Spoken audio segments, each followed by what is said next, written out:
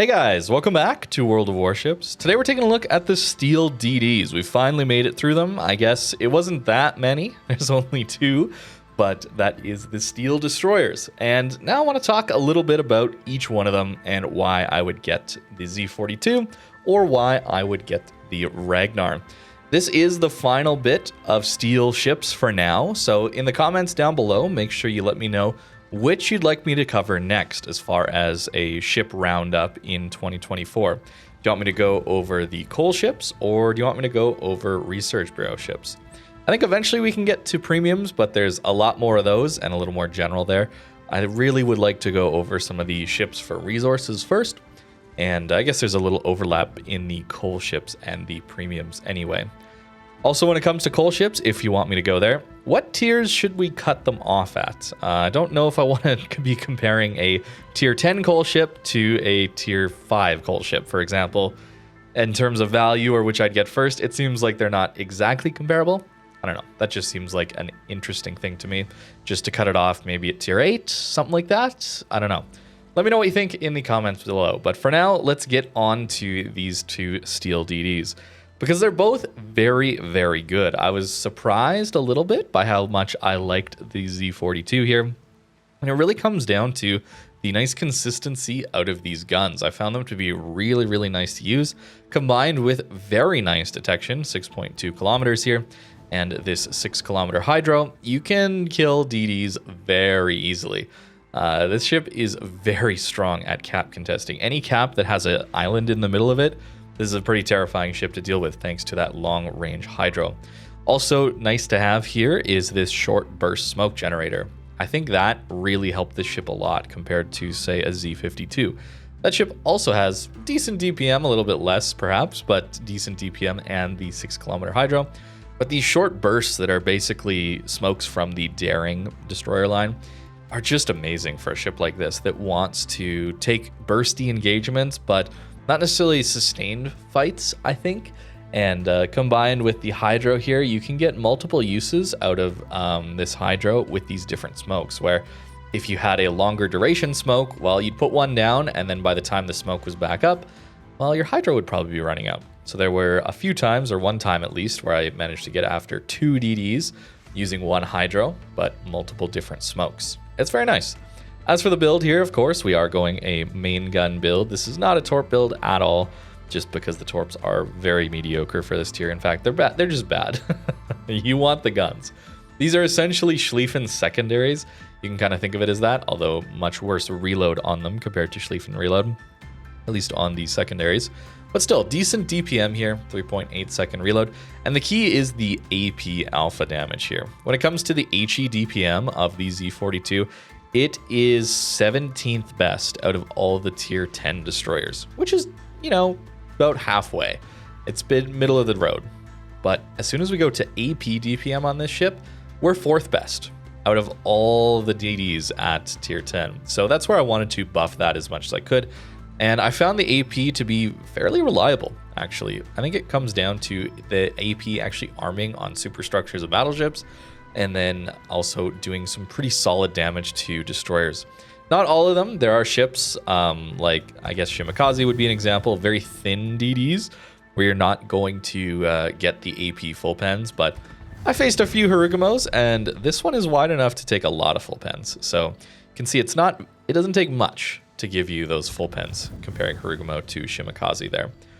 So the Z42, very, very strong there with that armor piercing, and that's what we're going to buff with the build. This is what I ended up going with here. Not actually needing Superintendent. We don't have any healing here, so it's not like I'm getting any extra HP. And having 3 hydros and 6 smokes, I think is more than enough for me, at least at this tier. 3 speed boosts as well. Taking things like heavy AP here, giving us that extra AP alpha damage, and then just DPM outside of that. Concealment, just trying to take advantage of that smoke hydro gimmick, and not running things like range, just because the shells are a little bit floaty at these ranges. They're not very high caliber, even though they have decent HE pen and AP. It's really strong, but you just get really floaty shells at range, so I didn't really like having the extra range. The other thing to think about is you have 26 millimeters of pen on these HE shells. If you take IFHE, you can actually buff them up to 32 millimeters of pen, much like Schlieffen secondaries. So that could be something to go after. You could actually remove, say, Consumable Specialist and extra heavy AP, and take a small cut to your AP alpha, but gain a lot more consistency out of your HE. That could be a really good build to go for as well. But I found the AP to be good enough, and HE having a bit better fire chance there is nice, and 26 mil pen allows us to pen a lot of the DDs. And then for battleships, we often are able to go after their superstructure. It's not too bad to hit. Speed is just okay here. It's fine, but nothing too spectacular. And same with our turning radius. It's fine. The maneuverability is reasonable, I would say. The speed boost here being a very standard one, 8%, nothing too fancy there. I liked Z42 a lot, but it comes second. This is not the first one I would get personally. I guess it might be for you the first one you should get if you're looking for steel DDs, if you don't like open water gunboating. If you don't like that and you don't like not having a smoke on your destroyers, then Ragnar's not going to be a great option because no smoke, and it's a pretty big DD as well. So you do have limited time on that speed boost, meaning it can be a little tricky to use that ship if you're not used to open water gunboats playstyle. This ship is a little more traditional in that sense and is very strong as well. So a very good DD, not a bad one at all. But it does mean that Ragnar is my favorite here. This is the one I would get first personally, just because it is so ridiculously strong. Z42 is good, but Ragnar is just flat out OP in a lot of ways, to be honest with you. The gun power on this ship is just immense, combined with amazing HP here. Allows us to just be a bully, right, on any ship that comes at us, essentially. 30 millimeters of pen on these 152 millimeter guns means we full pen cruisers and can farm cruisers out pretty easily, as well as battleships with decent fire chance there.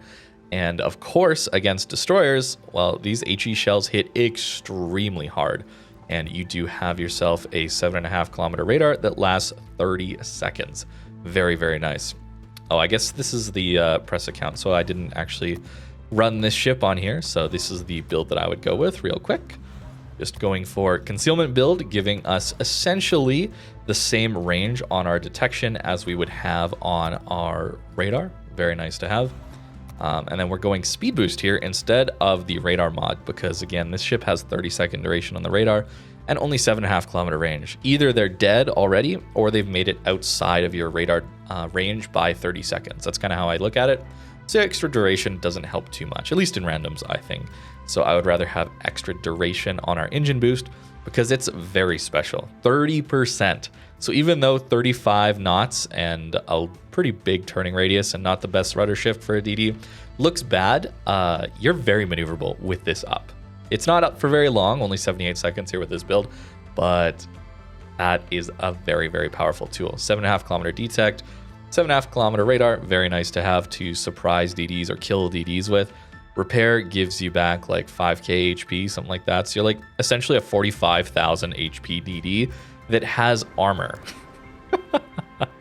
I didn't take a look at the armor on Z42 because it doesn't really matter. You just get penned everywhere by HE.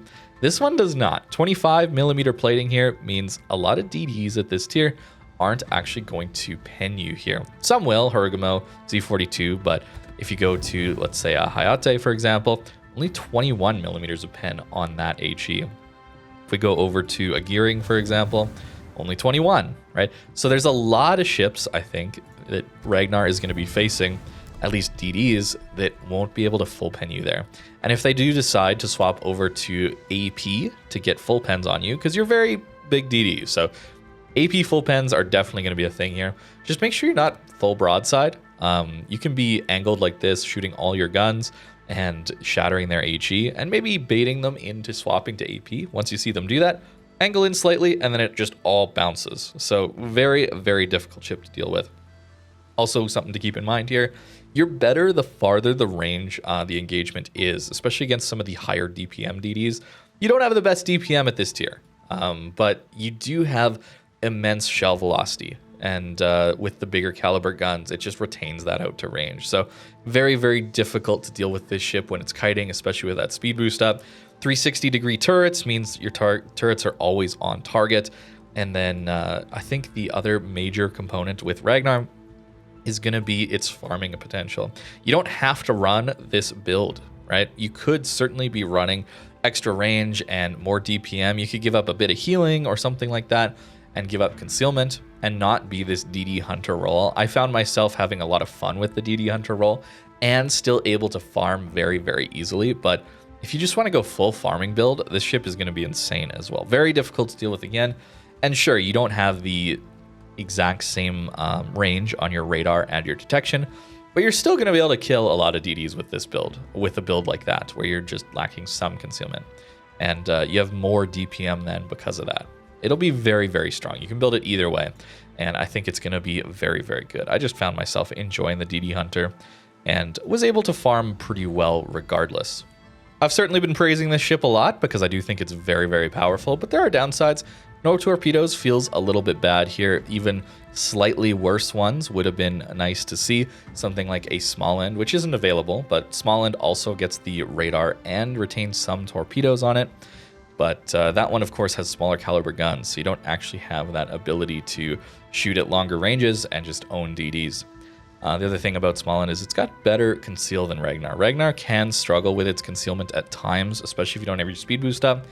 It feels a little clunky, a bit like a brick, to be driving around and just not having the best detect or maneuverability or speed. It can feel a little rough that way. So being a second line DD with Ragnar is really, really strong. So you let your Shima, gearing, her, whatever, anything with better detect go in first, and then you sit maybe 1 to 2 kilometers behind them, following them in, and you're the muscle, you're the backup that's just gonna smash whatever they spot for you. That can be a really good way to go about things with a Ragnar as well. And even though it says here your AA is pretty good, and it can shoot down planes, it's got decent range, you have to decide, do you want to get spotted by carriers at 6.9 kilometers and potentially get fired at by a lot of the enemy team, or try and stay in concealment until 3.8, but then you only have 3.8 kilometers to hit the planes with your AA, which won't shoot them down, obviously, and then you're a very big target that can take a lot of damage from carriers. Very slow, too, without that speed boost. The other thing to think about, too, is even though it says it's good AA, it's probably not going to shoot down the planes from 6.9 kilometers until the planes get to you, so you probably don't want to be doing that. Carriers are a bit of a problem, of course, for any ship, but Ragnar is very big and not the best maneuverability without that speed boost, so you can take a lot of damage from them as well. Just something to consider as well.